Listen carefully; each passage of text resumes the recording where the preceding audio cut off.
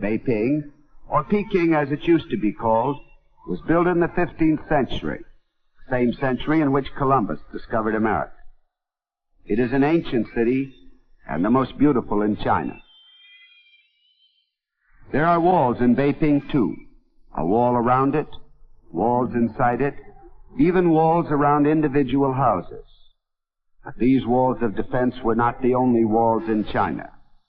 There were other walls too, walls of fear and superstition, and they served to isolate this great nation from our modern world.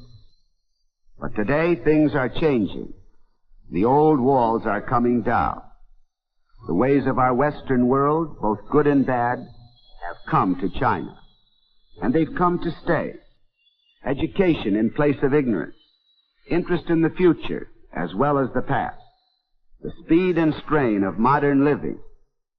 Beiping, a great Chinese city, is stirring in her sleep. Here, away from the main business section, are the hutongs, the walled alleys where the people live.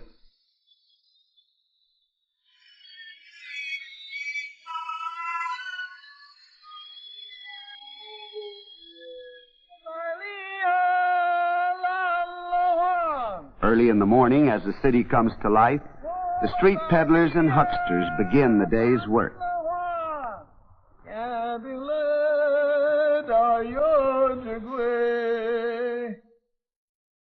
Each type of vendor has his own distinctive street song, accompanied by a rhythmic beat on wood or metal, sometimes a drum or bell. From behind the walls, housewives and servants recognize the calls and come to buy. Peddlers provide everything that a household could possibly need. There are water sellers and shoe repairers, candy vendors and cotton cloth salesmen, scissors grinders and newspaper sellers. A visitor to Beiping would never know what life was like behind these walls unless he were invited to the home of a Chinese family. Who would guess that behind this wall there was a lovely garden where children were at play? This garden belongs to Dr. C.F. Wu, a biology professor, and his wife. Their only son, Didi, is his grandparents' pride and joy, because he'll carry on the family name. Didi has 6 sisters, 5 of them older, and 1 still an infant. That makes 7 children in all, a large family even in China.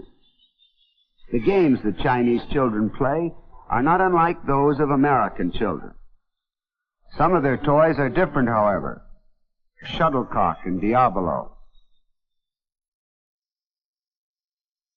This game is more familiar to us.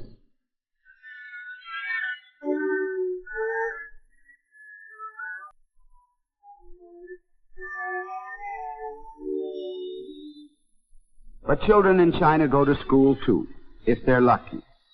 In this family, the teacher is mother herself. The family food budget was so limited because of inflation that Dr. Wu decided that the only way the children could be kept healthy on their meager diet was to control their activities and conserve their energies.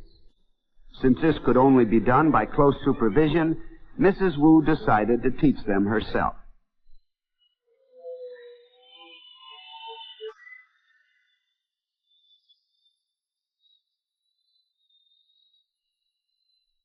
Yu Mei, the eldest girl, has become expert in using the abacus. This may look like a toy, but actually it's a sort of adding machine which can be used to subtract, divide, and multiply with lightning rapidity.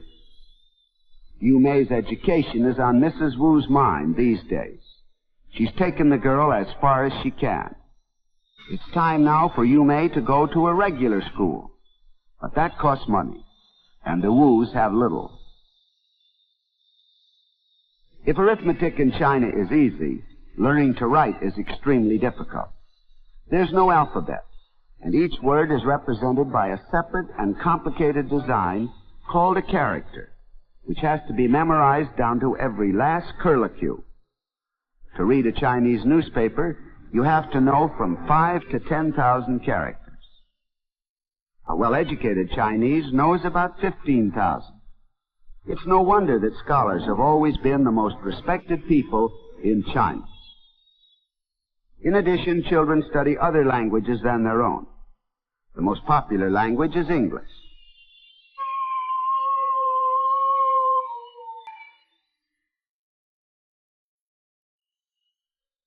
Mrs. Wu can't forget that she's a mother as well as a school teacher, and it's time now to prepare the baby's formula.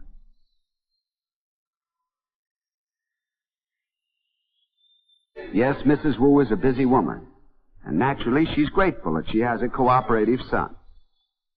Dee Dee may be too young for school, but he's an old hand at being nursemaid. Even nursemaids like to have fun, and Dee Dee has just heard a street vendor singing a song that he recognizes immediately. It's the song of the Monkey Man, and it's music to his ears.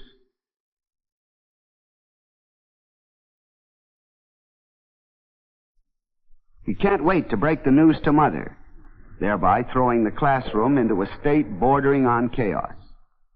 The school teacher knows when she's late, and class is dismissed.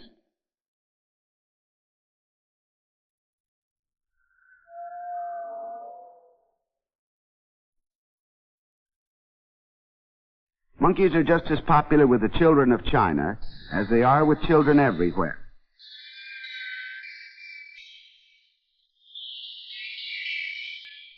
This one has obviously been to the Chinese theater, and notice that Chinese actors wear masks.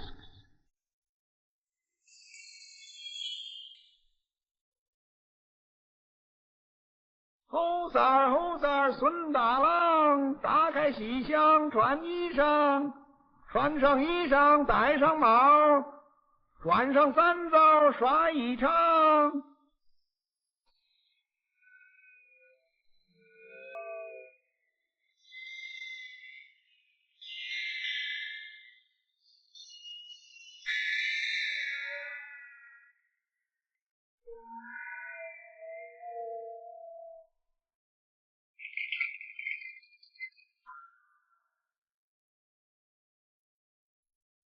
Suddenly, you may remember something.